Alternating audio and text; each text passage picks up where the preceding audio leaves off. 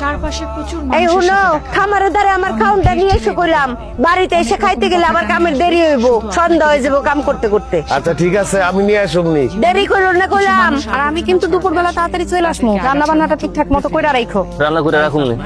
খাউন দাউন যেন পাই।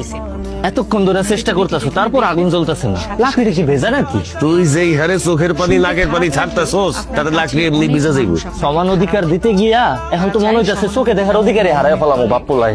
তাই তো দেখতেছি। ফুদে জোরে জোরে ফুদে।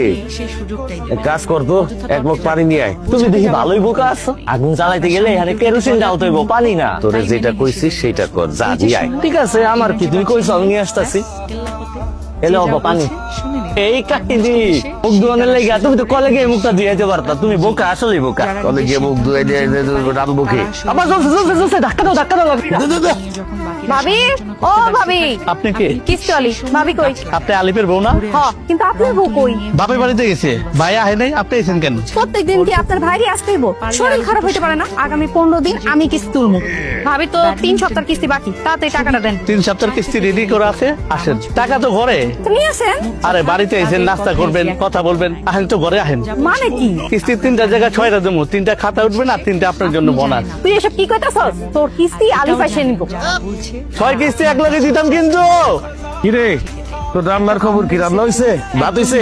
ভাত তো হইছে, কিন্তু ছোট একটা সমস্যা হয়ে গেছে। সমস্যা কি? পড়ছস নাকি? তুই সব ভাত ফলাই দিছস। এখন আমি তোর মাল লেগে কেমনে ভাত নিয়ে যাবো? তাহলে তো দুপুরের মধ্যে খাবার নিয়ে যেতে কইছে। আমি তোমার একমাত্র পোলা, ভাতের মার গালতে গিয়ে আমার হাতটা পুড়ে গেছে, সেটা নিয়ে তোমার কোনো চিন্তা নাই। তুমি আসো মার লেগে কেন ভাত লইয়া যাবে সেই চিন্তা লইয়া। তোর মার ভাত যদি আমি সময় মতো না নিয়ে যাই, তুই জানোস আমার খবর করে দিব। বউয়ের শাসন কি জিনিস, বউয়ের যন্ত্রণা কি জিনিস, তুই কি বুঝবি? এমন করে কইতাছো মনে হইতাছে তোমার একারই বউ আছে। আমার বউ নাই, সেও বলছে দুপুরে বাড়িতে এসে ভাত খাইবো। এখন তারে কেমনে খাবার দিব সেটা কও, এটা বুদ্ধি দাও। মাটির থেকে সব ভাত উঠে ধুয়ে ফেলা। এই ভাতি ওকে খাওয়ামু, আমরা পরে রান্না করে খাবো। তরকারির অবস্থা কি তোর? দেই তরকারি রান্না শেষের পথে, লবণটা দেখো তো। দেই লবণ হইছে। চারপাশে প্রচুর মানুষের সাথে দেখা। লবণ কি নাই দুনিয়াতে? লবণই তো দেশ নাই। অনেক রকম কথা এবার দেখো তো, কানে আসবে। দেখি। শুধু আপনাকে যেটা লবণ দে আরো। কি কো, এত লবণ দিয়েছি তারপরে লবণ হয় না? কিছু মানুষ হয় নাই তো, আরো দে। এবার দেখো। আগাছার মতো উপরে ফেলে দিতে হবে। কি করস তুই? লবণ দেশ না কেন? তুমি কি একদিন রান্না বান্না করতে এসে তোমার তালবা হুসকেন সব হারাইয়া ফেলাইছো? তুমি তো একই চামচের থেকে বারবার লবণ সাইকা দেখতেছো। লবণটা হইবটা কেমনে? এখান থেকে দাও, পাতিল থেকে দাও। আপনার মা গো। কাছের অনেক মানুষ আপনাকে ঠিক আছে? কি হইছে?